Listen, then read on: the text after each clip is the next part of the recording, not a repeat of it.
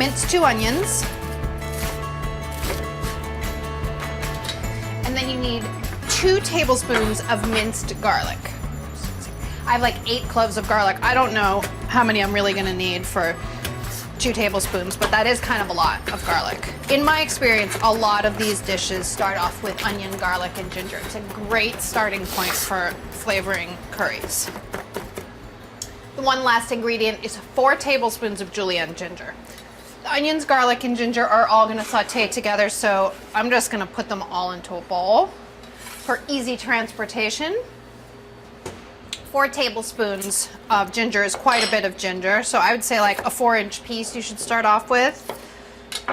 Make sure that your ginger is nice and fresh and firm and doesn't have any blemishes on it. I was using some ginger at home the other day that I had left in the refrigerator a little too long. Only about a third of it was usable, so take care of your ginger. Don't abuse your ginger like I did. Use the edge of a thin spoon to peel your ginger. It works really well. Removes very little of the flesh and all of the skin. And it's really easy to manipulate over all those little knobs. I'm gonna start with this and see if I get enough.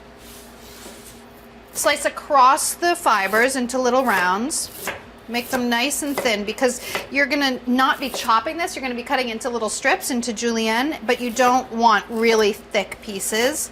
Not everybody likes to eat that. And actually, if you don't like eating long strips of ginger the way that I do, you can mince this or grate it.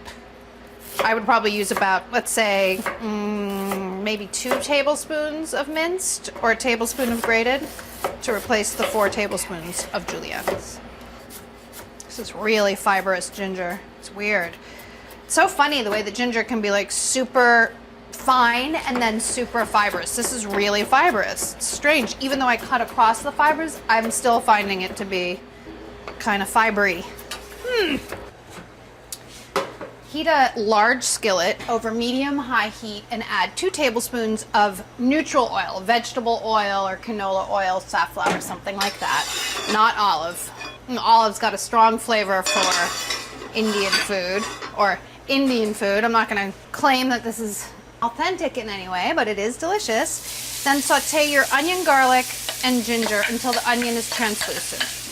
That could take 5 minutes, a little longer. This is kind of a lot. When your onion is nice and translucent, add 2 teaspoons of curry powder. I think my pan's a little dry. I'm going to add a touch more oil. Fry it out. Curry powder has cumin in it, and like cumin, it needs to be fried out just a little bit before you add any further ingredients to develop the flavors and cook off the rawness. Then 2 tablespoons of tomato paste. Similarly, tomato paste has a little bit of acidity that you also want to cook off, as well as combining it with all of the ingredients. So you want to cook that 30 seconds to a minute before you add any other ingredients too. And then you add 2 cans of drained and rinsed chickpeas. Season it. And then you just heat the chickpeas through because they're already cooked. So, oops, flying all over the place. Chickpea escape. Don't let the chickpeas escape. Let's see, how is this?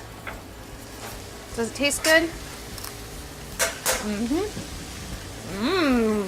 So good. So easy. What a quick, easy, delicious pantry dinner. I'm gonna have some. Serve it with rice or with some bread.